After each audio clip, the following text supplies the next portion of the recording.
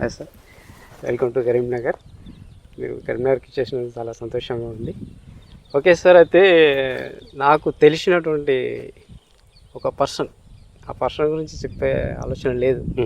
కాకపోతే ఇండివిజువల్గా తను నాకు చెప్పుకున్న కొన్ని పరిస్థితులను బట్టి నాకు ఒక ఆలోచన వచ్చింది, నమ్మకాలు.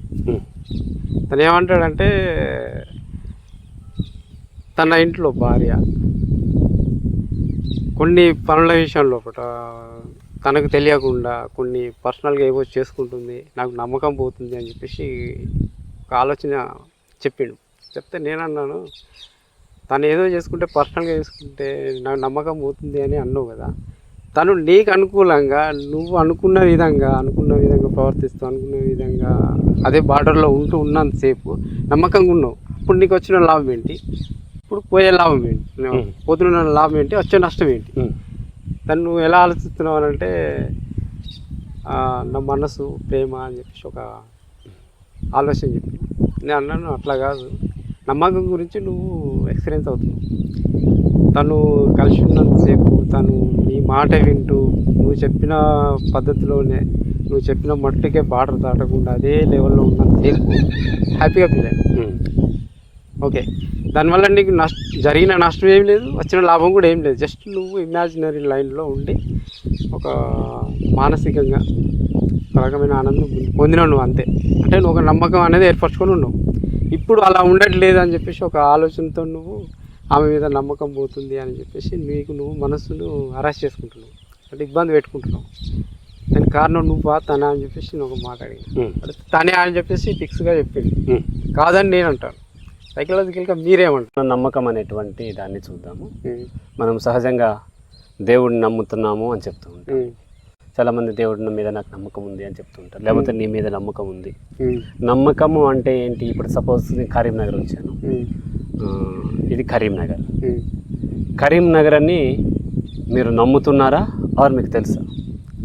అది మనం ఇచ్చుకున్న ఐడెంటిటీ, మనం ఒక ప్రోగ్రామ్ చేసి దాని మీద మనం డిఫరెంట్ అయి ఉన్నాం. అది కరీంనగర్లో ఇవి బిల్డింగ్స్ ఉంటాయి, లేకపోతే నాలుగు నుంచి కరీంనగర్ ఉందనే సంగతి మీకు తెలుసు. సపోజ్ సడన్లీ చైనా నుంచి ఒక అతను వచ్చాడు, వచ్చింది అతనికి ఈ లాంగ్వేజెస్ ఏమి రావు, ఇంగ్లీష్ రాదు, హిందీ రాదు, అండ్ తెలుగు కూడా రాదు, ఈ బోర్డ్స్ చదవటం రాదు. ఇక్కడికి వచ్చినప్పుడు వరంగల్లో దించి ఇది కరీంనగర్ అంటే అతను నమ్మాడు అనుకోండి, అది నమ్మకం. లేదా కరీంనగర్లోనే దించి ఇది కరీంనగర్ అన్న నమ్మకం, అంతే. నమ్మకం అంటే నమ్మకం అంటే మనకు తెలియని విషయాన్ని మాత్రమే మనం నమ్ముతాం. తెలిసిన విషయం తెలుసు, నా పేరు హరి రాఘవ్ అని నాకు తెలుసు, నేను నమ్మటం లేదు. ఎందుకు? నాకు తెలుసు మీ పేరు ఆంజనేయులు అని మీకు తెలుసు, దాన్ని నమ్మాల్సిన పని లేదు, ఎలాంటి ఫోకస్ అవసరం లేదు. కానీ తెలియని విషయం ఏదో ఉంది, ఫలానాది ఇలా జరుగుతుంది అలా జరుగుతుంది, జ్యోతిష్యాన్ని నమ్ముతాం, లేదా న్యూమరాలజీని నమ్ముతాం, లేదంటే గాడ్ని నమ్ముతాము, లేకపోతే దెయ్యాన్ని నమ్ముతాం. ఇవన్నీ నమ్ముతున్నాం అంటే ఏంటి? ఇవి మనకి తెలియదు, లేదా లాజికల్లీ కూడా ఎక్కడ ప్రూఫ్ దొరకలేదు, కాబట్టి మనం నమ్ముతూ ఉన్నాం. కాబట్టి నమ్మకం అంటేనే మనకి తెలియదని అర్థం, రైట్?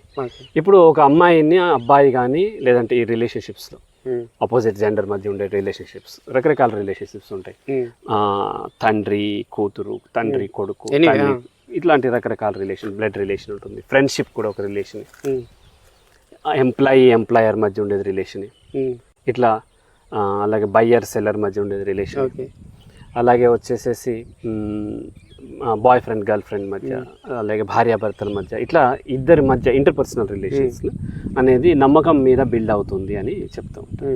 నువ్వు నమ్మాలి, నువ్వు నమ్మితే నీకు అది అవుతుంది అనేటువంటిది. అలాగే వచ్చేసి భవిష్యత్తుని నమ్మాలి, నిన్ను నువ్వు నమ్మాలి, కెరీర్ని నమ్మాలి, లేకపోతే టీచర్ని నమ్మాలి, నీ పొలిటీషియన్ నమ్మాలి. ఇట్లా నమ్మాలి అని మనకి ఫస్ట్ నుంచి బ్రెయిన్ వాష్ చేసి ఉంచారు, చిన్నప్పటి నుంచి బ్రెయిన్ వాష్ చేశారు. నమ్ముతున్నాను అంటేనే దాని ఆపోజిట్ ఏంటి? మనం మొదటి నుంచి చెప్తున్నాము, నేచర్లో ఒకటి ఏర్పడితే మనం ఒకవైపు గుంజామంటే ఆపోజిట్ సైడ్ అంతా ఇంకొకటి ఏర్పడుతుంది. పాజిటివ్ నెగిటివ్ పక్కనే ఉంటాయి, లెఫ్ట్ రైట్ పక్కనే. పాజిటివ్ ఎంతవైపు ఎక్కువ పాజిటివ్ గుంజితే అంతవైపు నెగిటివ్. గాడ్ ఎంతవైపు గుంజుతుంటే అంతవైపు దుష్ట శక్తులు, దెయ్యం కూడా వస్తుంది, దేవుడు దెయ్యము. దైవశక్తి, దుష్టశక్తి, మంచి చెడు, పవిత్రత, ఇట్లా రకరకాలుగా మనకు ఒకవైపు గుంజితే ఇంకో వైపు కూడా అది గుంజుకుంటుంది. రైట్. అలాగే నమ్మకానికి కూడా ఇంకో సైడ్ ఉంది. నమ్మకానికి ఇంకో సైడ్ ఏంటి? అపనమ్మకం, doubt, trust, mistrust, belief, doubt. అంటే ఒకవైపు నమ్మకం మనం ఎంత బలంగా నమ్ముతున్నామో అంత బలమైనటువంటి డౌట్ కూడా అవతల వైపు వచ్చాయి. అంటే ఇప్పుడు నమ్మకం అనే దాని మీద ఒక కాంటెక్స్ట్లో మనం చూస్తాం కాబట్టి దాంట్లో ఉన్నటువంటి కొన్ని థాట్స్ ఏవైతే ఉంటాయో డౌట్స్ కూడా ఫిగర్ చేసే అవకాశం ఉంటుందని నా ఉద్దేశం. రెండు ఒకటే యాక్చువల్లీ. డౌట్ కూడా బిలీఫే. బిలీఫ్. ఇప్పుడు నా గర్ల్ ఫ్రెండ్ నాతోనే కమిటెడ్గా ఉంది అనేది ఒక నమ్మకం. జస్ట్ లేదంటే నా గర్ల్ ఫ్రెండ్ నన్ను చీట్ చేస్తుంది అనేది కూడా బిలీఫ్. ఓకే. డౌట్ కూడా బిలీఫే. రైట్. అంటే అది పరిస్థితుల మీద ఆధారపడి ఉంటాయి. పరిస్థితులు ఒకటే కాదు, అది వాళ్ళ యొక్క ఇంటర్నల్ ప్రోగ్రామ్ను బట్టి కూడా ఉంటుంది. ఇప్పుడు సపోజ్ ఆ అబ్బాయి ఒక అమ్మాయిని ప్రేమించినప్పుడు గతంలో 4-5 అమ్మాయిలు అతన్ని చీట్ చేస్తున్నారు ఉన్నప్పుడు ఆ అమ్మాయి ఎలా ఉన్నా ఇతనిలోంచి డౌటే వస్తూ ఉంటుంది. ఓకే. లేదు 4-5 దగ్గర ఇతను చీట్ చేశాడు, వాళ్ళందరూ కమిటెడ్గానే ఉన్నారు. ఓకే. ఇప్పుడు కొత్తగా వచ్చిన అమ్మాయి ఈవెన్ చీట్ చేసేది అయినా సరే ఇతను నమ్ముతాడు.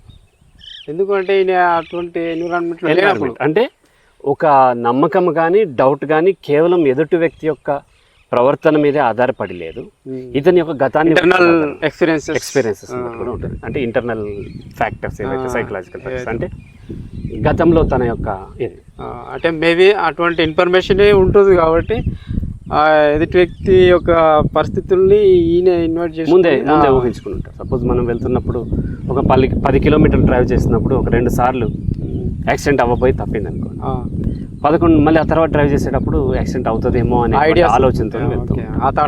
సేమ్ అంతే రిలేషన్షిప్స్లో కూడా ఆ ఇన్ఫర్మేషన్. ఈ ఇంటర్నల్ మొదట ఎక్కడ ఏర్పడుతుంది? మొదట పుట్టగానే ఏర్పడుతుంది.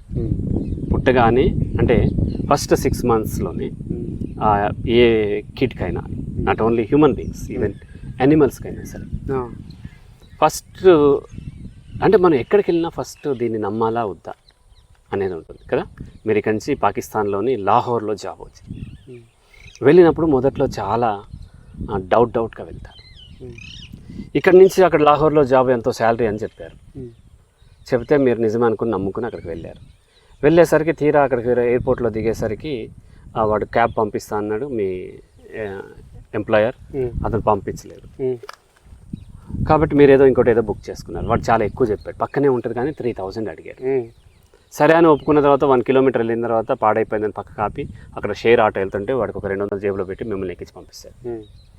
ఆ తర్వాత హోటల్కి వెళ్తేనేమో ఆ హోటల్ అంతా వాసన వస్తుంది, ఏసీ ఉంది కానీ పని చేయట్లేదు, వెంటిలేషన్ లేదు, అది చాలా రేట్ ఎక్కువ, ఆన్లైన్లో బుక్ చేసుకున్నారు మీరు. వాడు ఉంటే ఉండి పోతే బాగుంటుంది. సో అది తీసుకున్న తర్వాత అక్కడ చీటింగ్. ఆ తర్వాత తీరా జాబ్కి వెళ్ళేసరికి అక్కడ అంత ఎన్వైర్న్మెంట్ లేదు, అంత శాలరీ లేదు, అండ్ మీ చేత ఎక్కువ అవర్స్ పని చేయించుకుంటున్నారు, మీ కొలీగ్స్ కొంతమంది చీట్ చేశారు. అట్లా మీకు లాహోర్ వెళ్ళిన తర్వాత 7-8 సార్లు మీరు చీట్ చేయబడ్డారు అనుకున్నారు. ఆ తర్వాత మీరు కొంతకాలం మళ్ళీ ఇండియా వచ్చేసారు, మళ్ళీ ఏదో బాగా చదువుకున్నారు, వీసా తీసుకుని అమెరికా వెళ్ళారు. అమెరికాలో మంచి జాబ్ వచ్చింది, మంచి కంపెనీలో జాయిన్ అయ్యారు. జాయిన్ అయిన తర్వాత మీ కొలీగ్ ఒకతను కొత్తగా వచ్చాడు. అతను ఎక్కడి నుంచి వచ్చావు అని అడిగితే లాహోర్ అన్నాడు. వెంటనే మీకు డౌట్ వస్తుందా, బిలీఫ్ వస్తుందా? డౌట్. అంటే కొన్ని ఎక్స్పీరియన్సెస్ 7 experiences లాహోర్లో మీకు నెగిటివ్. 7 experiences లాహోర్లో మీకు నెగిటివ్ ఉన్నాయి కాబట్టి ఆ తర్వాత లాహోర్ అని చెప్పగానే మొదటి డౌట్ వస్తుంది మీకు. రైట్. అలాగే పుట్టిన బిడ్డ పుట్టగానే ఈ ప్రపంచం కొత్తది, ఈ ప్రపంచం నాకు సేఫా కాదా, నమ్మాలా వద్దా ఆలోచన ఉన్నది కదా. ఫస్ట్ వచ్చే డౌట్ అది. సో నమ్మాలా వద్దా అన్నప్పుడు ఎంత లైటింగ్, ఇంత లైట్ వస్తుంది, ఇంత సౌండ్స్ ఉన్నాయి, ఇవన్నీ ఉన్నప్పుడు తనని ఫస్ట్ తన కేర్ తీసుకునేది ఎవరు? Mother, biological mother. అది బయలాజికల్ కావచ్చు, ఆయమ్మ కావచ్చు, ఎవరైనా తీసుకునే వాళ్ళు ఎవరైతే ప్రైమరీ కేర్ గివర్ ఎవరైతే ఉన్నారో వాళ్ళు సరిగ్గా ఇవ్వట్లేదు అనుకుందాం. సపోజ్ పాప ఆ కిడ్ ఏడ్చినప్పుడు ఆ మదర్ లేచి పాలు కలుపుతూ సౌండ్ చేసి పక్కింటి ఆమెతో మాట్లాడుకుంటుంది, ఎంతకీ రావట్లేదు. పాలు తెస్తుంది రావట్లేదు, మళ్ళీ ఏడిస్తే వస్తున్నాను ఉండని చెప్తుంది, కొంచెం ఇచ్చింది, ఇసుక్కుంది, మళ్ళీ వెళ్ళి టీవీ చూస్తుంది, ఏడ్చినప్పుడు ఎత్తుకోకుండా ఇంకా విసుక్కుంటుంది. ఇట్లా చేసేటప్పుడు ఏమైంది అని అంటే ఇలా తన ఫస్ట్ ఎక్స్పీరియన్స్ ఏముంది, అలాంటి మిస్ట్రస్ట్ డెవలప్ అయింది. వన్స్ మిస్ట్రస్ట్ డెవలప్ అయింది, అది 6 months లోపే డెవలప్ అవుతుంది. వన్స్ మిస్ట్రస్ట్ డెవలప్ అయిన తర్వాత లైఫ్ లాంగ్ ఆ మిస్ట్రస్ట్ కంటిన్యూ అవుతూనే ఉంటుంది. అలాగే అలాంటి ఏ సిచ్యువేషన్ వచ్చినా దీన్ని క్యాల్కులేట్ చేసుకుంటా ఉంటారు. ముందు డౌట్తోనే వస్తుంది, ముందు డౌట్ చూస్తూ ఉంటారు అనమాట.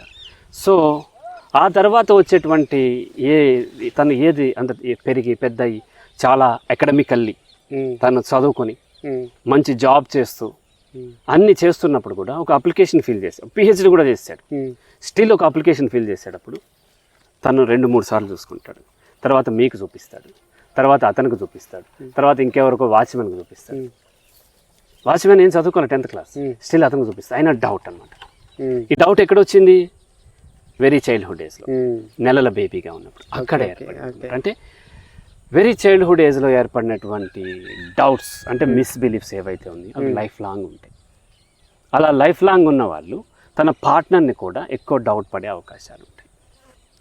అంతేకాకుండా పార్ట్నర్ యొక్క బిహేవియర్ కూడా సమ్టైమ్స్ డిపెండ్ అయి ఉంటుంది. పార్ట్నర్ కూడా అలాగే తను ఏమాత్రము నమ్మకం కలిగించకుండా మాట మార్చేస్తూ తను లేకపోతే ఏదో విధంగా తను ఇబ్బంది పెడుతూ ఉన్నప్పుడు ఆ అమ్మాయి కానీ అబ్బాయి కానీ ఆటోమేటిక్గా వాళ్ళ మీద కూడా డౌట్ వచ్చే అవకాశం, రైట్?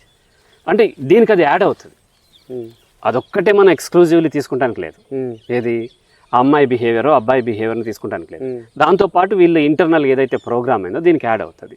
ఇంటర్నల్ ప్రోగ్రామ్ కాని వాళ్ళు ట్రస్ట్ డెవలప్ అయిన వాళ్ళు, అంటే మదర్ చాలా కేర్ తీసుకుంది, ఫాదర్ కేర్ తీసుకున్నారు, చిన్నప్పటి నుంచి చాలా చక్కగా ఉన్నప్పుడు తన మీద తనకి ట్రస్ట్, ఈ వరల్డ్ మీద ట్రస్ట్, సొసైటీ మీద ట్రస్ట్, ఇలా ట్రస్ట్ డెవలప్ అయినప్పుడు ఏమవుతుంది అంటే ఆ అమ్మాయి కొంచెం అటు ఇటుగా చేసినా సరే ఇతను డౌట్ పడ్డు అంటే బిలీవ్ చేస్తాడా, బ్లైండ్ బిలీఫ్ కూడా ఉండదు. ఎప్పుడైతే డౌట్ పడ్డామో that is negative emotion. Negative emotion ఎప్పుడు వచ్చిందో మన బాడీలో కెమికల్స్ రిలీజ్ అవుతాయి. ఆ కెమికల్స్ బ్రెయిన్ని షట్ డౌన్ చేస్తాయి. షట్ డౌన్ అయిన తర్వాత దెన్ లాజికల్ థింకింగ్ కోల్పోతాము. అప్పుడు ఆ అమ్మాయి మీద అబ్బాయి మీద అటాక్ చేయడం చేస్తూ ఉంటారు. ఏదో ట్రస్ట్ డెవలప్ అయినప్పుడు బ్లైండ్ బిలీఫ్ కూడా ఉండదు, కంప్లీట్గా ఫ్రీ మైండ్తో చూస్తూ ఉంటారు. ఫ్రీ మైండ్తో ఉన్నప్పుడు ఆటోమేటికల్లీ వాళ్ళు చేసేటువంటి పనులు క్లియర్గా అర్థమవుతూ ఉంటాయి. వాళ్ళు ఏమన్నా చీట్ చేసే ఉద్దేశం ఉందో ఇతనికి అర్థమవుతుంది. ఇతను ఎసెప్టివ్గా కమ్యూనికేట్ చేస్తాడు, లేదంటే అమ్మాయి ఎసెప్టివ్గా కమ్యూనికేట్ చేస్తుంది. కమ్యూనికేట్ చేసిన తర్వాత అవసరమైతే ఆ రిలేషన్ కంటిన్యూ చేస్తారు, లేకపోతే లేదు. ఉద్దేశం ఏంటి అంటే బిలీవ్ చేసేటప్పుడు తనకు వచ్చే లాభం ఏంటి, ఆ నమ్మకం పోతుంది అని చెప్పేసి ఆలోచించడం అంటే నమ్మకం పోతుంది, తను అలా ఉండడం వల్ల నాకు నమ్మకం పోతుంది అనే ఆ మనిషి యొక్క ఆలోచనలో తనకు వచ్చే నష్టం ఏంటి? రిలేషన్షిప్ అంటే తెలుగులో బంధం అంటున్నాం. మనం ఇంకో వేరే ప్రోగ్రామ్ వెరీ స్టార్టింగ్లో పెళ్ళి, ప్రకృతి వీటి గురించి డిస్కస్ చేసేటప్పుడు ఇది మాట్లాడాం. బంధం అంటే కలిపి పెట్టి బలవంతంగా కలిపించింది కదా, ఇద్దరిని కలిపేసి బంధం వేస్తున్నాం. ఆవులకు లేకపోతే గొడ్లకు ఏం చేస్తామంటే బంధం వేస్తాం, అంటే మూవ్ అవ్వకుండా ఆపేది. అంటే ఫ్రీడమ్ని మనము హరించి మనం ఏం చేస్తున్నాం, అరెస్ట్ చేస్తున్నాం వాళ్ళు. Okay, right? వాళ్ళిద్దరిని ఒక బంధం ఏర్పరుస్తుంటే వాళ్ళిద్దరిని యొక్క ఫ్రీడమ్ని ఈ విషయంలో కోల్పోయేలాగా చేస్తుంది, రైట్? అయితే ఈ ఎంతవరకు బంధాన్ని అంగీకరించాలి అనేది మళ్ళీ ఆ ఇండివిజువల్స్ యొక్క వాళ్ళ మనస్తత్వాన్ని బట్టి, వాళ్ళ పరిస్థితులను బట్టి కూడా వాళ్ళ పరిస్థితులు. ఇప్పుడు నేను ఒక అమ్మాయిని ఎవరినో చేసుకున్నాను, ఆ అమ్మాయికి నాతో చాలా థ్రెట్ ఉంది, ప్రాణానికి ప్రమాదం ఉంది, అయినా యాక్సెప్ట్ చేయాలా, బ్రేక్ చేసుకోవాలా? ప్రాణానికే ప్రమాదం ఉన్నప్పుడు బ్రేక్ చేసుకోవాలి. అంటే పరిస్థితులను బట్టి అంటే వాళ్ళ పర్సనాలిటీస్ని బట్టి ఉంటుంది తప్ప ఖచ్చితంగా ఇలాగ ఉండాలని లేదు. ఎందుకంటే all social agreements are relative agreements, అంతే, అబ్సల్యూట్ కాదు. ఆల్ సోషల్ అగ్రిమెంట్స్ ఇవేంటి అని అంటే ప్రకృతి అబ్సల్యూట్, మనిషి ప్రకృతికి సంబంధించిన వాళ్ళు, మీరు ప్రకృతికి సంబంధించిన వాళ్ళు, నేను ప్రకృతికి సంబంధించింది. ఇక్కడ మన బంధం ఏంటి, మనం ఇక్కడ ఒక విషయం గురించి చర్చిద్దాం అనేటువంటి ఒక అగ్రిమెంట్. ఆ అగ్రిమెంట్ అంగీకరించాలా వద్దా అనేది నా ఫ్యాక్టర్స్ని బట్టి, నాకు మీ ఫ్యాక్టర్స్ని బట్టి ఉంటుంది, మీ బిహేవియర్ని బట్టి ఉంటుంది, అంటే నా బిహేవియర్ని బట్టి ఉంటుంది. నేను ఇష్టం వచ్చినట్టు మాట్లాడేస్తున్నాను, మిమ్మల్ని తోలనాడుతున్నాను, మిమ్మల్ని అవమానిస్తున్నాను అన్నప్పుడు మీరు బ్రేక్ చేసుకుంటారు. లేదా మీరు ఇష్టం వచ్చినట్టు బిహేవ్ చేస్తున్నా నేను బ్రేక్ చేసుకుంటాను. ఈ బ్రేక్ అయిపోతుంది అండ్ ఈ బంధం ఏదైతే విడిపోవటం అనేది సహజం. ఎప్పుడు ఇలాగే ఉంటుంది అనుకోవటం పొరపాటు. ఎప్పుడైతే ఇలా బంధం ఇలా ఉంటుందని నమ్ముతున్నామో అప్పుడు ఏమైందంటే డౌట్ కూడా మొదలవుతుంది. ఇప్పుడు భార్య లేదా గర్ల్ ఫ్రెండ్ అలా ఉంటుంది అన్నప్పుడు నమ్మకం పోతుందని చెప్పేసి నా లోపల ఒక రకమైన పెయిన్ బికాస్ నమ్మకం ఎందుకు పోతుంది, ఇతను నమ్ముతున్నప్పుడే నమ్మకం పోతుంది, స్టార్ట్ అవుద్ది. అదే ప్లేస్లో ఎవరో సంబంధం లేని పర్సన్ అలా బిహేవ్ చేస్తున్నప్పుడు మనకు ఆ పెయిన్ రాదు. బికాస్ మనకు అవసరం లేదు వాళ్ళతో. అంటే మనం క్రియేట్ చేసుకునే ఇమాజినరీ లైన్ అది. అంటే నమ్మకం అంటే కొంత ఇన్వెస్ట్ చేసాం. ఓకే, ఇప్పుడు పాకిస్తాన్కి మనకి కొట్లాట వస్తుంది, ఎక్కడో ఉన్నటువంటి కొరియాతోనూ బ్రెజిల్తోనూ మనకు పెద్ద కొట్లాటలు లేవు. ఓకే, కెనడాతో ఉంది. ఎందుకు అని అంటే మన వాళ్ళు అక్కడికి వెళ్తున్నారు కాబట్టి కెనడాతో మనకు ఫ్రెండ్షిప్ కావాలి, బికాజ్ మన వాళ్ళు అక్కడికి వెళ్తున్నారు. పాకిస్తాన్ ఫ్రెండ్షిప్ కావాలి, ఎందుకు పక్కనే ఉంది కాబట్టి. అంటే వాళ్ళకి మనకు కొంత ఫ్రెండ్షిప్ అవసరం ఉంది. చైనాకి మనకు ఫ్రెండ్షిప్ అవసరం, ఎందుకు పక్కనే ఉన్నారు. బంగ్లాదేశ్కి మనకి ఫ్రెండ్షిప్ అవసరం కాబట్టి వాళ్ళకి మనకి శత్రుత్వం వస్తుంది. ఎక్కడైతే స్నేహం అవసరమో అక్కడే శత్రుత్వం కూడా వస్తుంది. ఉంటుంది. మీరు ప్రేమించే వాళ్ళని మాత్రమే ద్వేషించాలి. అదే సార్ నేను అనేది ఏంటి అంటే ఇమాజినరీ లైన్ మనం కొన్ని ఎక్స్పెక్టేషన్ పెట్టుకుంటాం, దాని మీద పెట్టుకుని ఏం చేస్తామంటే ఒక రకమైన ఇమాజినరీ లైన్లో ఉండి కొన్ని హోప్స్ని మన లోపల మనం ఒక ఎగ్జైట్మెంట్ని క్రియేట్ చేసుకుంటాం. సో అక్కడ వాళ్ళు మనం అనుకున్న ఎక్స్పెక్టేషన్లో బార్డర్లో వాళ్ళు లేనప్పుడు మనం డౌన్ అయిపోతాం. అంటే జస్ట్ అది ఇమాజినరీ లైన్. అది వాళ్ళు అలా ఉన్నా నష్టం లేదు, లేకపోయినా మనకు వచ్చే నష్టం ఏం లేదు, లాభం కూడా అదే అట్లాంటిది ఏం లేదు. జస్ట్ మన మనసులో మనం క్రియేట్ చేసుకున్నటువంటి ఒక ఎక్సైట్మెంట్ ఫీల్ అది. దానివల్లే మనం ఇవన్నీ వాళ్ళు అలా ఉండట్లేదు అని చెప్పేసి ఫీల్ అవ్వడం ఏంటి అంటే మనం ముందే ఎక్స్పెక్ట్ చేసి మనం ఒక రకమైన ఇమాజినరీ క్రియేట్ చేసుకొని మనకు మనం ఎగ్జైట్మెంట్ ఫీల్ క్రియేట్ చేసి పెట్టుకొని దానికి అనుకూలంగా వాళ్ళు రీచ్ అవ్వట్లేనప్పుడు మనకు ఒక ఫీల్ గుడ్, మనం ఏదైతే ఎక్స్పెక్ట్ చేసినామో అట్లాంటి సిచ్యువేషన్ మనకు కనబడక మన లోపల మనకు ఒక సంతోషం అనేది ఏర్పడేటువంటి పరిస్థితి లేక మనం ఫీల్ అవుతామా, లేకపోతే వాళ్ళు అలా ఉంటున్నారని చెప్పేసి మనకు మనమే డిస్టర్బ్ చేసుకునే ప్రయత్నం చేస్తాం అనేది నా ఆలోచన. మనం మొదటి నుంచి ప్రతి దాంట్లో డిస్కషన్ ఎట్లా చేస్తున్నామంటే నేచర్ కాంటెక్స్ట్ అదే చేస్తున్నాం. నేచర్ కాంటెక్స్ట్లో బంధాలు లేవు లేవు కదా, అంతా ఫ్రీడమే ఉంది. యానిమల్స్కి ఏది ఉందో ఉంది. నేచర్ కాంటెక్స్ట్లో బంధాలు లేవు. ఇలాంటి ఇమాజినరీ లైన్స్ కూడా అసలు అవకాశం లేవు. ఇవన్నీ మనిషి తన మానసికంగా తను క్రియేట్ చేసుకునేటువంటి కొన్ని ఇమాజినరీ లైన్స్. ఎగ్జాక్ట్లీ. సో ఎప్పుడైతే ఇమాజినరీ లైన్స్ని మనము ఎంత ఎక్కువగా దాన్ని నమ్మి ఎంత ఎక్కువ స్ట్రెంగ్తన్ చేసుకుంటామో అంత ఎక్కువ డౌట్ వస్తుంది, అంత ఎక్కువ పెయిన్ కూడా వస్తుంది. రైట్. ఇప్పుడు ఇక్కడ ఏర్పరచుకోవాల్సింది అంటే ఎంత నమ్మకం ఏర్పరచుకుంటే అంత ఇన్వెస్ట్ చేస్తాం మనం. మొదట ఏం చేస్తారు, ఈ వడ్డీ వ్యాపారస్తులు ఉంటారు. మొదట మీకు ఒక 10,000 ఎంతో ఇస్తారు, ఎంతో వడ్డీకి ఇస్తారు, ఎక్కువ వడ్డీకే ఇస్తారు, మీరు తిరిగి ఇచ్చేస్తారు. తర్వాత 20,000 ఇస్తారు. అలా 4-5 సార్లు ఇచ్చిన నమ్మకం ఏర్పడుతుంది. అప్పుడు మీరు ఒక 10 లక్షలు అడుగుతారు. 10 లక్షలు అడిగినప్పుడు మళ్ళీ అదే నమ్మకంతో ఇస్తాడు. ఎందుకు? నమ్మకం ఏర్పడింది కాబట్టి ఇచ్చాడు. ఆ 10 లక్షలు మరి రిటర్న్ చేస్తాడా లేదా అనేది డిపెండ్స్ అంటే ఒకవేళ అక్కడ బ్రేక్ అయితే ఇట్ట తనకున్న ఇన్ని రోజులు నమ్మినటువంటి కొన్ని సిచ్యువేషన్స్ ఏవైతే అదొకటి ఎక్స్పెక్టేషన్. ఆ ఎక్స్పెక్టేషన్ ఎందుకు వచ్చింది అంటే బికాస్ నమ్మకం వల్ల తను ఇన్వెస్ట్ చేశాడు. అక్కడ ఎట్లాగైతే 10 లక్షలు ఇన్వెస్ట్ చేశాడో ఈ బాయ్ ఫ్రెండ్ గర్ల్ ఫ్రెండ్ ఇష్యూలో కూడా ఇతను కొన్ని ఇన్వెస్ట్ చేస్తాడు.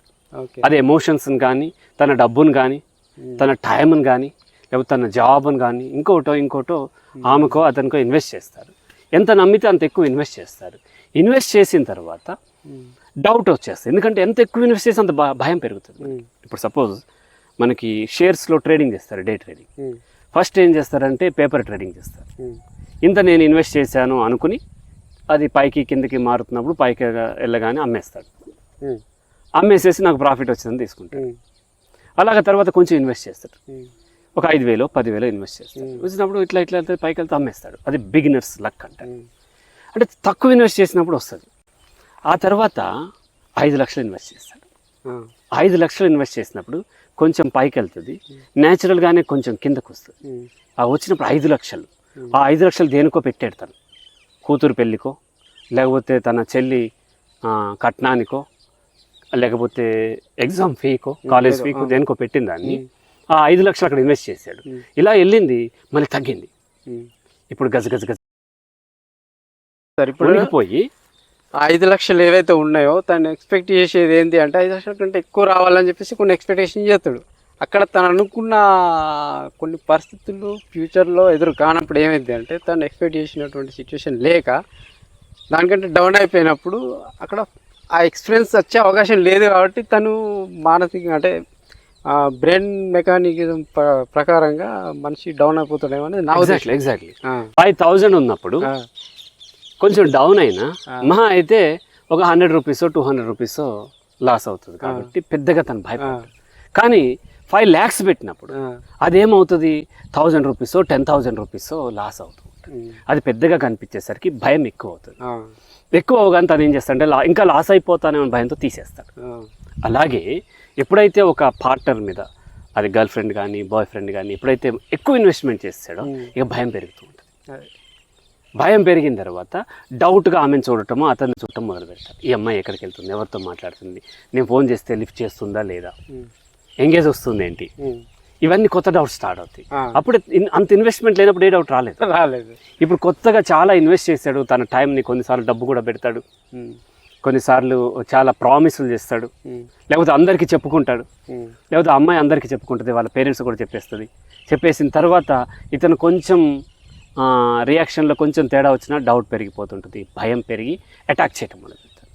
ఎప్పుడైతే అటాక్ చేశారో అవతల వాళ్ళు కూడా మళ్ళీ సేమ్ అట్లాగే రివర్స్లో వాళ్ళు కొంత రియాక్ట్ అవటం మొదలు. ఇది ఎప్పుడు కూడా కాన్ఫ్లిక్ట్స్ ఒక సైడ్ నుంచి రావు, ఒక సైడ్ కొంచెం వచ్చిన తర్వాత దానికి మళ్ళీ రివర్స్ వస్తుంది, మళ్ళీ దానికి వచ్చిన తర్వాత మళ్ళీ రివర్స్ వస్తుంది, అట్లా అక్యుములేట్ అవుతూ ఉంటుంది. అక్యుములేట్ అవడానికి కారణం ఏంటి, లాట్ ఆఫ్ ఇన్వెస్ట్మెంట్.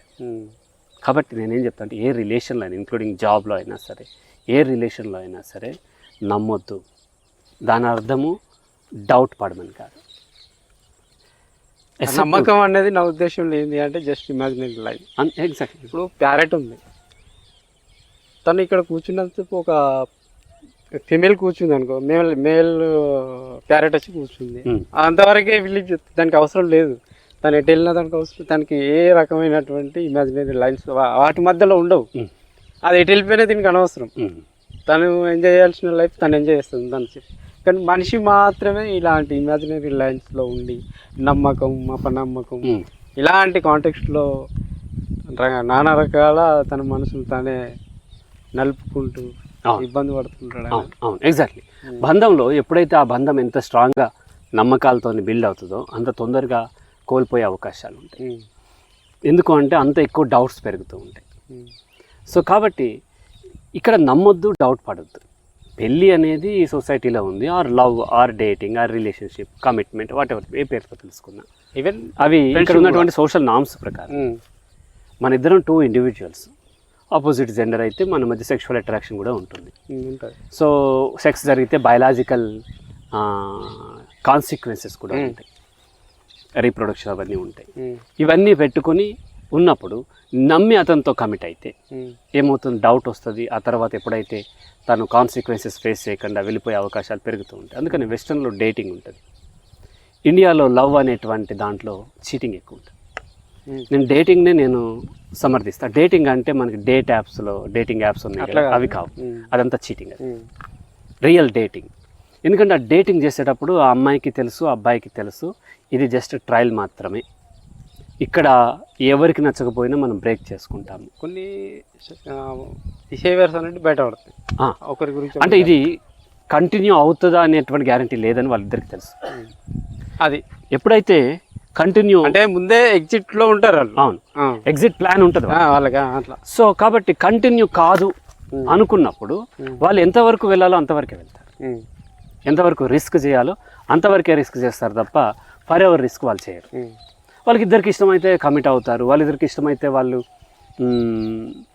సెక్స్లో పార్టిసిపేట్ చేస్తారు, ప్రికాషన్స్ తీసుకుంటారు, తీసుకోకపోతారు, ఇక వాళ్ళిద్దరు ఇష్టం అది. కానీ లవ్ అనేటువంటి కాన్సెప్ట్లో ఇక్కడ స్టార్టింగ్ ఏంటంటే మనం ప్రేమించాము, పెళ్లి చేసుకుంటాం, ఫర్ ఎవర్ చిలకా గోరికలాగా ఇలాగే ఉంటామని ఒక ఎక్స్పెక్టేషన్స్ ఏర్పరచుకుంటాం. ఎప్పుడైతే అది ఏర్పరచుకున్నారో అప్పుడు ఏమవుతుంది, ఎవరిదైతే అప్పర్ హ్యాండ్ ఉందో వాళ్ళకి అడ్వాంటేజ్ అవుతుంది. ఆ అడ్వాంటేజ్ అయినప్పుడు వాళ్ళు ఏం చేస్తారు అని అంటే ఇది చక్కగా ఉపయోగించుకుంటారు, సెక్స్కి వాడుకుంటారు. ఆ అమ్మాయి కన్సీవ్ అయిన తర్వాత ఇక రకరకాలు అన్నీ మొదలు పెడుతుంది. నువ్వు ఇట్లా చేసావు, అట్లా చేసావు, మీ అమ్మ నన్ను తిట్టింది, మీ నాన్న తిట్టాడు, నువ్వు ఆ టైంకి రాలేదు, నువ్వు ఆడెవడో చెయ్యి ఊపితే నువ్వు నో చెప్పలేదు, ఈమె ఓపెన్ కూడా ఒప్పలేదు, నో చెప్పలేదు, నువ్వు 2:35కి రమ్మంటే 2:35 15 సెకండ్లకు వచ్చావు, నా మాట అంటే లెక్కలేదు నీకు, ఏమనుకుంటున్నావు నా గురించి, అది ఇదని చెప్తాడు, పోట్లాడతాడు, టక్ మన బ్రేక్ చేసుకుని వెళ్ళిపోతాడు. ఇప్పుడు ప్రెస్టేజ్, బిలీఫ్స్, ఇట్లాంటి ఏవైతే ఉన్నాయో మనిషి లోపల ఇవన్నీ ఇమాజినరీ లైన్స్ అనేది నా ఉద్దేశం. కంప్లీట్. ఎందుకంటే తను ఏమనుకుంటాడంటే ప్రెస్టేజ్ అంటాడు, నా దగ్గర ఏదో ఉంటే నేను గ్రేట్ అని చెప్పేసి తనకు తను ఒక ఇమాజినరీ లైన్ గీసుకుంటాడే తప్ప అది ఫిజికల్గా ఏం ఉండదు. అవును, ఎగ్జాక్ట్లీ. అందుకని ఆత్మహత్యలు చాలామంది అంటారు డబ్బు లేక ఆత్మహత్య. డబ్బు లేక ఎవ్వరూ ఆత్మహత్య చేసుకోరు. డబ్బు లేక ఆత్మహత్యలు చేసుకోవాలంటే పేదవాళ్ళందరూ చేసుకోవాలి కదా కదా. డబ్బు ఉన్న వాళ్ళు, అన్ని వేల కోట్లు ఉన్న వాళ్ళు కూడా చేసుకుంటున్నారు కదా. డబ్బు లేకపోతే నా యొక్క పరువు పోతుంది ఇమాజినరీ అని నమ్మినవాడు, అంటే నా పరువు, ప్రతిష్ట, ప్రెస్టేజ్, మీరు ఏదో చెప్తున్నారు కదా, ఇటువంటి అన్నీ కూడా అది ఉండదేమో అనే భయంతో ఆత్మహత్యలు చేసుకుంటున్నారు. నిజంగా డబ్బు పోతే ఎవరు చేసుకోవాల్సిన అవసరం లేదు. డబ్బు పోయిందనుకోండి మనం మిగులుతాం, అంతే కదా. మనం ఇలాగే వచ్చాము, వచ్చిందే పోతుంది అంతే కదా. నా దగ్గర లేనిది ఏది పోదు, నేను ఏదైతే సంపాదించుకున్నా అదే పోతుంది. కానీ నేను ఉంటాను కదా. చాలామంది డిగ్రీ ఎగ్జామ్ రాస్తూ టెన్షన్ పడిపోతుంటారు. ఏమ్మా డిగ్రీ ఎగ్జామ్ బాగా రాయకపోతే ఇంటర్ ఫెయిల్ అవుతావా అన్న. లేదు సార్, ఇంటర్ ఫెయిల్ అవును. మరి ఎందుకు భయపడుతున్నావు? మహా అయితే ఇప్పుడు నువ్వేంటి డిగ్రీ పాస్ అవ్వలేదు, అదే ఆ స్టేజ్ ఉంటుంది అంతే. నెక్స్ట్ స్టెప్కి వెళ్ళట్లేదు తప్ప నువ్వు ఇక్కడి నుంచి వెనక్కి వెళ్ళిపోయేది అయితే లేదు కదా. అలాగే డబ్బు ఎంత పోయినా సరే అల్టిమేట్లీ ఏముంటుంది, నువ్వు ఉన్న స్థితి ఉంటుంది, నువ్వు వచ్చిన స్థితి ఉంటుంది. ఆ వచ్చిన స్థితి కాకుండా డబ్బు వచ్చిన స్థితి నేను అనుకున్నప్పుడు, ఇప్పుడు నేను ఎంతో కొంత సంపాదిస్తున్నాను లేదా సంపాదించాను, అది నేను అనుకున్నప్పుడు పోతుందేమో అని భయం వేస్తుంది. అది నేను కాదు. నేనున్న స్థితి నార్మల్, న్యాచురల్గా ఆ కోడి ఉంటుంది, లేకపోతేనేమో ఆ కుక్క ఉంటుంది, ఆ పావురం ఉంటుంది, ఆ పిచ్చుకలు ఉంటాయి. అలాగే నేనున్నాను, మీరున్నారు. మనకి ఇక్కడ ఉంది కాబట్టి ఇక్కడ ఏదో మనకి వచ్చిన దాన్ని మనం వాడుకుంటాం అంతే. అది ఎలా వచ్చిందో అలా పోయే అవకాశాలు కూడా ఉన్నాయి, పోయినా సరే రాని. అట్లాగే ఈ అమ్మాయి నన్ను ప్రేమించింది అనేది అందరికీ, మగవాళ్ళు ఏం చేస్తారంటే అందరికి చెప్పుకుంటారు బాగా. అంటే ఈ ప్రేమలో పెళ్ళిళ్ళ ఎగ్జిట్ అనేది ఉండదు. ఇప్పుడు మీరు డేటింగ్ అన్నారు కదా, దాంట్లో ఎగ్జిట్ అనేది ముందే ఉంటుంది వాళ్ళ మైండ్లో. అవును, వాళ్ళు ప్రిపేర్ అయి ఉంటారు కాబట్టి వాళ్ళకు పెద్ద పెయిన్ ఉండదు. అవును, వీళ్ళు ప్రిపేర్ కాదు, అనవసరమైన అన్ని జరగవో గ్యారంటీ లేనటువంటి విషయాల మీద ఎక్స్పెక్టేషన్ అనేది చేసి పెట్టుకుంటారు కాబట్టి ఆ ఇమాజినరీ లైన్లో ఉండి ఇబ్బంది పడే అవకాశాలు ఎక్కువగా ఉంటాయి. అదేవిధంగా ఈ పెళ్ళి చేసేటప్పుడు ఎగ్జిట్ అనేది చెప్పారు సార్ వాళ్ళు. అవును అవును. ఏం చెప్తారంటే, మీ ఆయన అంటే ప్రతి దాని మీద నీకు హక్కు ఉంటుంది, తను ఎటు వెళ్ళినా నీకు హక్కు ఉంటుంది, అడిగే హక్కు ఉంటుంది, ప్రతి దాని మీద నీకు ఆర్గ్యుమెంట్ చేసే హక్కు ఉంటుంది. ఇవే చెప్పి భార్యకి చెప్తారు. భర్తకి ఏం చెప్తారు? ఇప్పుడు భర్తకి ఏం చెప్తారంటే, భార్య అనేది నువ్వు చెప్పినట్టు వినాలి, నువ్వేం చేయమంటే అది చేయాలి, నువ్వు ఎంతవరకు నువ్వు చెప్పిన మాట దాటకుండా ఉండాలి, అదే భార్య అని. ఇట్లాంటి కొన్ని ఇమాజినరీ లైన్స్ చెప్తారు, చెప్పి పంపిస్తారు. ఇది జరిగే అసలు యాక్చువల్లీ మనుషులనే కాదు, ఏ జీవికి మధ్యలో ఇలాంటి కాంటెక్స్ట్ అనేది అసలు ఇమ్మడదు. అట్లాంటి విషయాలే చెప్పి నూరు పోసి తోలిన తర్వాత అమ్మాయి అనుకుంటుంది అంటే కొన్ని విషయాల్లో కూడా ప్రతి దాని మీద నాకు హక్కు ఉంటుంది, కానీ ఎందుకు తను చేయట్లేదు అంటే నా మీద ఇష్టం లేదా, ఇక్కడ మొదలవుతుంది. ఇష్టం కూడా పోతుంది అనే విషయాన్ని తెలుసుకోరు. పెళ్ళి అనేది భార్యాభర్తల మీద ఒకరి మీద ఒకరికి ఉండేటువంటి అధికారం కాదు, ఒకరి పట్ల ఒకరికి ఉండే మమకారం, రైట్? కానీ ఇది అధికారంగా భావిస్తారు. పెళ్ళి అయ్యింది, నువ్వు అతని భార్యవి కాబట్టి నీకు కొన్ని ఏ అధికారము రాదు. ఇప్పుడు ప్రతి విషయం భర్త భార్యకి చెప్పినప్పుడే తను నీకు భర్త. ఇంకో విషయం ఏంటంటే, కోడలుగా నీకు ఆ ఇంట్లో ప్రతి విషయంలోనూ హక్కు ఉంటుంది, అన్ని విషయాలు నీకు చెప్పాలి, నీ విషయంలో వాళ్ళు కూడా కేరింగ్ ఉండాలి, ఇన్ని రకాలు చెప్పి పంపిస్తారు. ఇంకో విషయం మెయిన్ ఫైనాన్షియల్గా, ఇంకో ఆస్తుల మీద కానీ లేకపోతే మాట మర్యాదల విషయంలో కానీ అలాంటి నీకు ఒక ఇంపార్టెంట్ అనేది ఇచ్చినప్పుడు వాళ్ళు నీకు సరైన రిలేషన్, లేదంటే కాదు అని చెప్పి. ఎగ్జాక్ట్లీ. యాక్చువల్గా ఏంటంటే హక్కు కూడా ఉంటుంది అమ్మాయికి, ఉంటుంది. నేను అట్లా అంటాను. నేను ఈ అమ్మాయికి ఏం చెప్తారంటే, అమ్మాయికి అలా చెప్పారు. అబ్బాయికి కూడా ఏం చెప్తారంటే అమ్మాయి అంటే ఇలా పడి ఉండాలి. భర్త చెప్పినప్పుడు ఏ చెప్పినా అది వినాలి. భర్త తిన్న తర్వాతే భార్య తినాలి. ఇలాంటివి కొన్ని చెప్తారు. అలా ఉన్నప్పుడే మనిషి నీకు భార్య, అలాంటిదే భార్య, అలాంటి వాడే భర్త అని చెప్పేసి కొన్ని ఎవరు ఇంట్లో వాళ్ళు చెప్తారు. ఇవి ఎవరు చెప్తారు? రిలేటివ్స్, అత్తమ్మనో మేనత్తమో అమ్మమ్మనో ఇంకా సంథింగ్ చుట్టుపక్కల వాళ్ళు ఎవరో చెప్తుంటారు. ఇలాంటి మాటలు వాళ్ళు పట్టుకుని ఏం చెప్తారంటే వచ్చిన తర్వాత పరిస్థితులను బట్టి మనుషులు మూవ్ అవుతాం. అది ఆలోచన వీళ్ళకు ఉండదు. వీళ్ళు ఎవరైతే చెప్పారో కొన్ని విషయాలు అదే ఇమాజినేషన్ లైన్లో చూస్తుంటారు, అదే భ్రమలో చూస్తుంటారు. అదే కాంటెక్స్లో చూస్తే ఏమంటారంటే every minute, every situation, every dialogue, every moment, ప్రతి విషయాన్ని ఏ విషయాలు అయితే వాళ్ళు విన్నారో అదే కాంటెక్స్లో చూడడం మొదలెడతారు. అప్పుడు ఏమైందంటే ఇక్కడ మిస్గైడ్ అవుతుంది, జరగవు కదా. అలాంటి టైంలో అమ్మాయి కొన్ని విషయాల్లో హర్ట్ అయిపోయి నా విషయంలో ఇలాంటి నెగ్లెక్ట్ చేస్తున్నారంటే తను నా విషయంలో ఇష్టం లేకనా, లేకపోతే నేనంటే చిన్న చూప, నన్ను నెగ్లెక్ట్ చేస్తూ నన్ను పట్టించుకోవట్లేదు, నాకంటే ఒక మంచి ఇంపార్టెంట్ అనేది లేదు అని చెప్పేసి అమ్మాయి తను కూడా ఇబ్బంది పడుతుంటుంది. తను కూడా ఈ భర్త మూవ్ అయ్యే టైంలో కూడా చాలా విషయాల్లో కూడా అలాంటి పరిస్థితులు ఎదురవుతుంటాయి. అన్నీ అనుకున్నట్టుగా జరగవు. వాళ్ళ పరిస్థితులను బట్టి, వాళ్ళ ఆలోచనలు బట్టి, కొన్ని మూడ్స్ను బట్టి వాళ్ళు మూవ్ అవుతూ ఉంటారు. అలాంటి టైంలో భర్త విషయంలో ఈమె కూడా కొన్ని విషయాల్లో కూడా తప్పుదారిగా ప్రవర్తించే అవకాశాలు కూడా ఉంటాయి. అట్లాంటప్పుడు ఈ భర్త కూడా అలా తప్పుగా ఆలోచించే అవకాశం ఉంటుంది అమ్మాయి గురించి.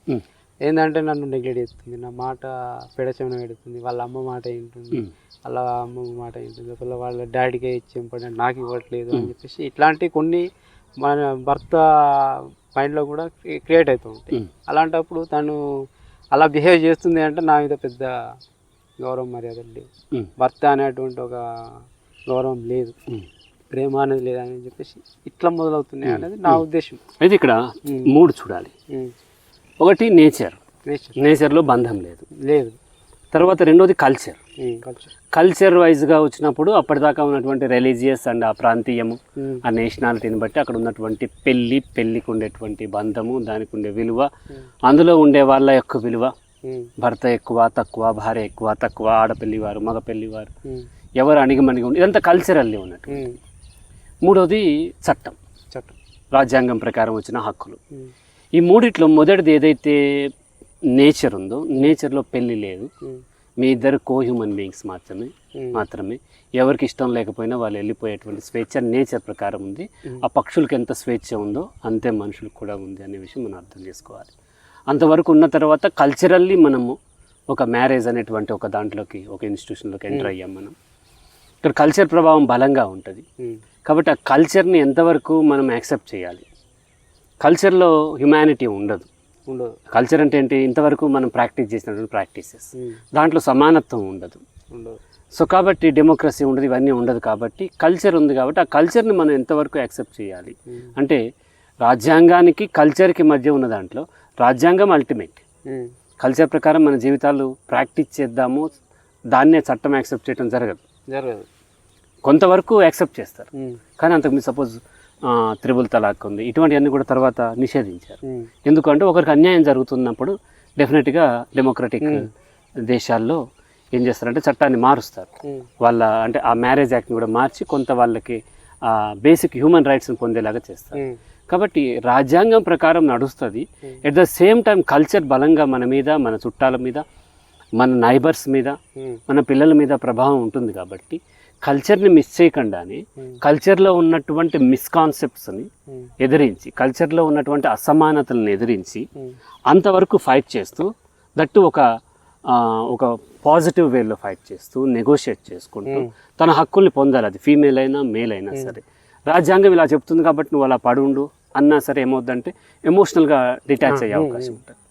కాబట్టి ఎమోషనల్ డిటాచ్ కాకుండానే చట్ట ప్రకారము లేకపోతే హ్యూమన్ రైట్స్ ప్రకారం తనకు కావాల్సినవి పొందాలి. ఖచ్చితంగా భర్త సంపాదనలో భార్యకు కూడా భాగం ఉంటుంది, భార్యకు ఉంటుంది, పిల్లలకు ఉంటుంది, అన్నీ ఉంటుంది. అంటే అది ఒక ఫ్రెండ్లీగా ఉండాలి. ఫ్రెండ్లీ అంటే దానికి మళ్ళీ రూల్స్ లేవు. అనేది ఏంటంటే అమ్మాయి ఎట్లా ఉన్నా ఫ్రెండ్లీ కాదంటాడు. ఇప్పుడు ఒక ఫ్రెండ్ ఉన్నాడు, ఇప్పుడు మహేష్ నేను ఇద్దరం మంచి ఫ్రెండ్స్.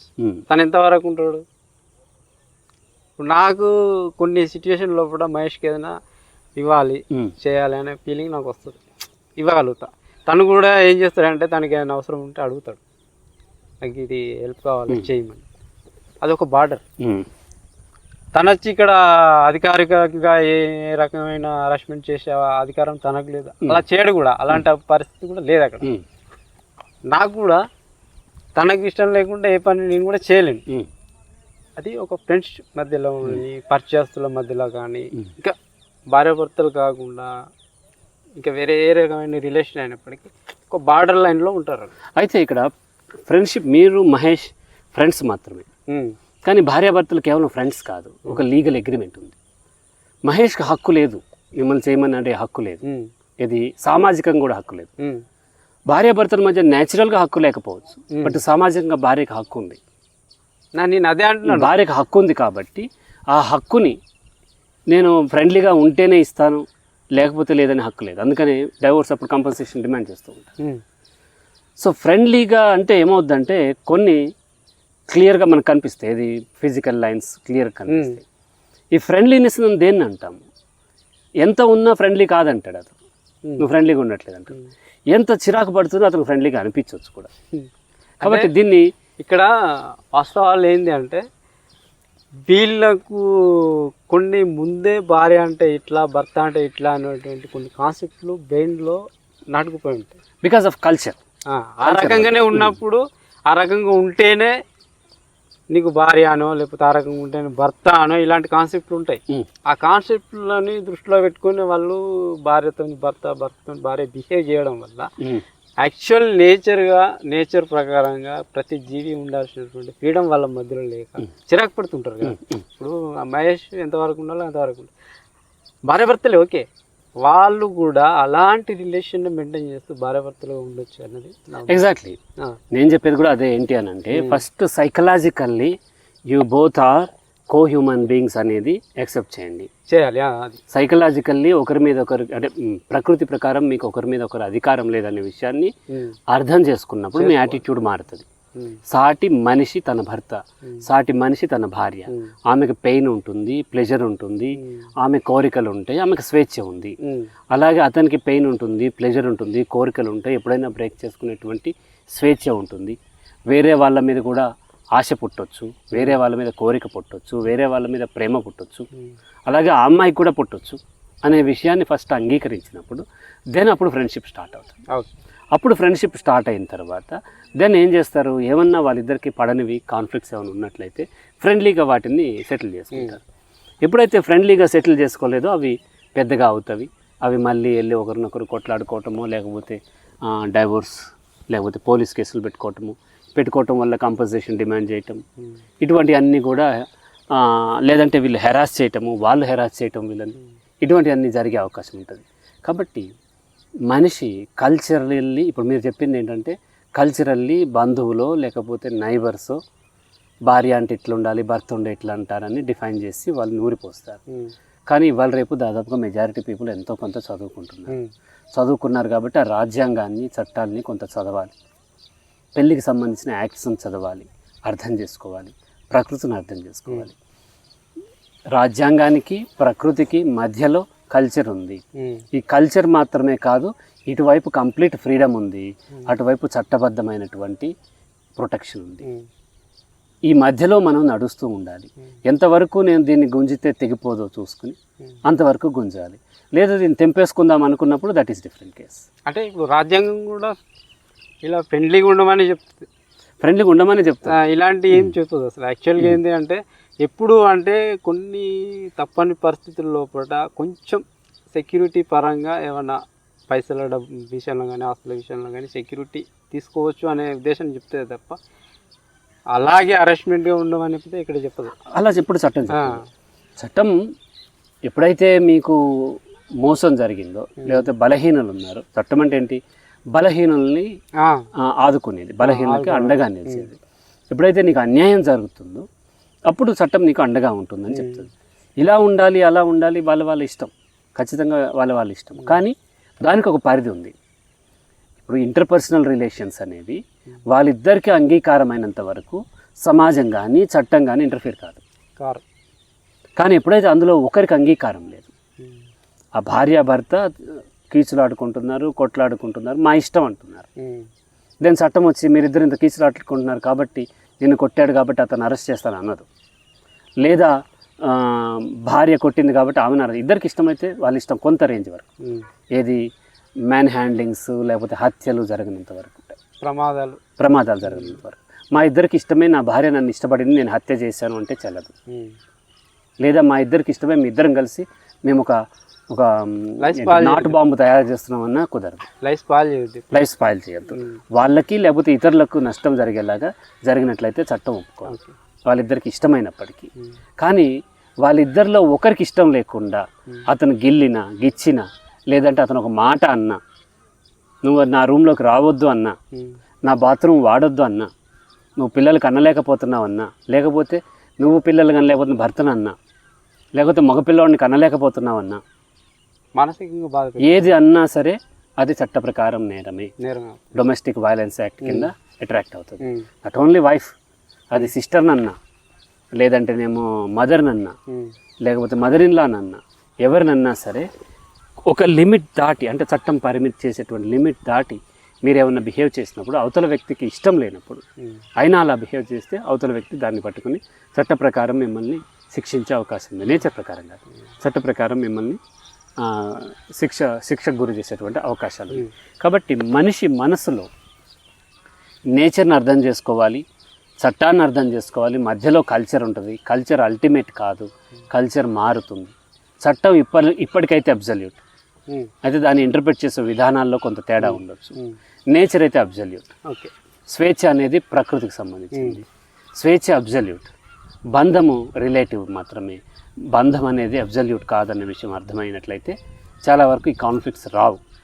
ఎందుకు రాలేదంటే వాళ్ళ మధ్య మెచ్యూరిటీ రావాలి. మెచ్యూరిటీ లేకుండా ఏం చేసినా సరే కష్టం, ఎంత నమ్మినా సరే ప్రాబ్లం. నేను ఇలా అనుకుంటున్నాను, ఒకటి జరగంది లేనిది మనం దాని మీద డిపెండ్ అయిపోయి అది జరగాలి అలా ఉండాలి అంటే పరిస్థితులు కలగకపోవచ్చు, మనుషుల యొక్క మెంటాలిటీస్ అక్కడ రీచ్ కాకపోవచ్చు, ఎన్నో రకాల సమస్యలు ఉంటాయి. అలాంటి టైంలో వీళ్ళు ఒక ఇమాజినరీ లైన్లో ఉండి వాళ్ళని ఇబ్బంది పెట్టుకోవడం, నేను అనుకున్నట్టు జరగట్లేదు, నేను అనుకున్నట్టు ఉండట్లేదు అని తాను ఇబ్బంది పెట్టుకోవడమే కాకుండా భార్యని భర్త కానీ, భర్తని భార్య కానీ నానా రకాలుగా మానసికంగా ఇబ్బంది పెట్టుకునే పరిస్థితుల్లో బతుకుతున్న వాళ్ళు ఉన్నారు. ఎగ్జాక్ట్లీ. ఇక్కడ మనం అర్థం చేసుకోవాలని పిల్లల పెంపకంలో కూడా చెప్తాను. పిల్లలు అబద్ధాలు చెప్తున్నారంటే దానికి కారణం పేరెంట్స్.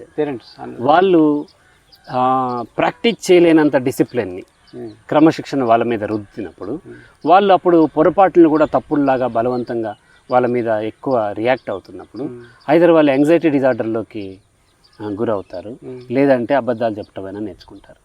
ఒకసారి అబద్ధం నేర్చుకున్న తర్వాత దాని జీవితకాలంలో ఎప్పుడైనా అబద్ధం చెప్పగలుగుతారు. నేర్చేసుకున్నారు వాళ్ళు, మిమ్మల్ని ఎలా ఆడించాలని నేర్చుకున్నారు. అలాగే భార్యాభర్తల మధ్య కూడా భార్య ప్రాక్టీస్కి సాధ్యం కానంత రెస్ట్రిక్షన్స్ భర్త మీద పెట్టేసేసి అలా ఉండు ఉండు ఉండు అని వచ్చినప్పుడల్లా చెక్ చేయటం అవన్నీ చేస్తున్నప్పుడు భర్త మెల్లగా నేర్చుకుంటాడు. ఎప్పుడైనా సరే అబద్ధం చెప్పడం ఆమెను ఎట్లా అబద్ధం చెప్పాలని నేర్చుకున్న తర్వాత నిజంగా తప్పు చేసి కూడా అబద్ధం చెప్పడం ఈజీ అయిపోతుంది. అలాగే భార్యను కూడా తను విపరీతంగా టార్చర్ పెడుతూ ఇంప్రాక్టికల్గా ఉండేలాగా తను ఫోర్స్ చేస్తున్నప్పుడు అది తట్టుకోలేక ఎప్పుడూ అబద్ధం చెప్తుంది. తప్పులేం చేయలేదు, పొరపాటు కూడా చేయలేదు, కానీ అతను టార్చర్ తట్టుకోలేక అబద్ధం చెప్తుంది. అబద్ధం చెప్పడం నేర్చుకున్న తర్వాత ఇతనికి అబద్ధం చెప్పడం ఈజీ అయిపోయిన తర్వాత రేపొద్దున్న తప్పు చేసి కూడా ఈజీగా అబద్ధం చెప్పగలుగుతాడు. కాబట్టి ఒకరినొకరు మోసగించుకుంటున్నారంటే కేవలం ఆ మోసం చేసే వాళ్ళ మనస్తత్వాలే కాదు, మోసగింపబడే వారి యొక్క మనస్తత్వం కూడా దానికి కారణం. ఇంప్రాక్టికల్గా ఉండేలాగా వాళ్ళని టార్చర్ పెట్టడం వల్ల వాళ్ళు చీటింగ్ చేయటం అనేది నేర్చుకుంటారు. వన్స్ నేర్చుకున్న తర్వాత ఫర్ ఎవర్ వాళ్ళు చీట్ చేసేటువంటి అవకాశాలు ఉంటాయి. కరెక్ట్. ఇప్పుడు ఏంటి అంటే వీళ్ళు న్యాచురల్గా నేచర్ని ఫాలో అవుతూ ఫుడ్ అవసరమైనప్పుడు ఎలాగైతే తీసుకుంటాం, దాహం వేసినప్పుడు వాటర్ తీసుకొని ఎలాగైతే తీసుకుంటాం, సెక్స్ విషయంలో కూడా భార్యాభర్తల రిలేషన్ కూడా అంత గట్టిగా అనుకుని ప్రతి విషయంలోనూ ఒకరికొకరు హెల్పింగ్ నేచర్ అదే అంత మట్టుకే తప్ప ఎవరైనా ఎవరికి అరెస్ట్ చేసుకొని వాళ్ళకు నచ్చినట్టే ఉండాలనేటువంటి ఒక బిహేవియర్తో ఇబ్బంది పెట్టేటువంటి అధికారం మాత్రం ఎవరికి ఉండదు. ఆ నేచర్ కాంటెక్స్ట్లో మాత్రమే ఉంటూ నేచర్ యొక్క ప్రతి జీవిని అర్థం చేసుకుంటే తను ఎలా ఉండాలో తనకు అర్థమైపోతుంది. అలా ఉన్నప్పుడు ఇద్దరి మధ్యలో అలాంటి కాన్ఫ్లిక్ట్స్ గొడవలు ఉండవు, హ్యాపీగా ఉండగలుగుతారు. జస్ట్ ఏంటంటే నేను అటు వెళ్ళినప్పుడు ఒక పండు చూసినప్పుడు తనకు తీసుకెళ్ళి ఇవ్వాలనేటువంటి ఒక ఫీలింగ్ నాకు రావాలి. అలా రావాలన్నప్పుడు అలాంటి ఒక మంచి ఎన్విరాన్మెంట్ క్రియేట్ చేసుకోవాలి ఇద్దరు, భార్య అయినా భర్త అయినా. అలా ఉన్నప్పుడు బాగుంటుందని నా ఉద్దేశం. ఎగ్జాక్ట్లీ. ఓకే.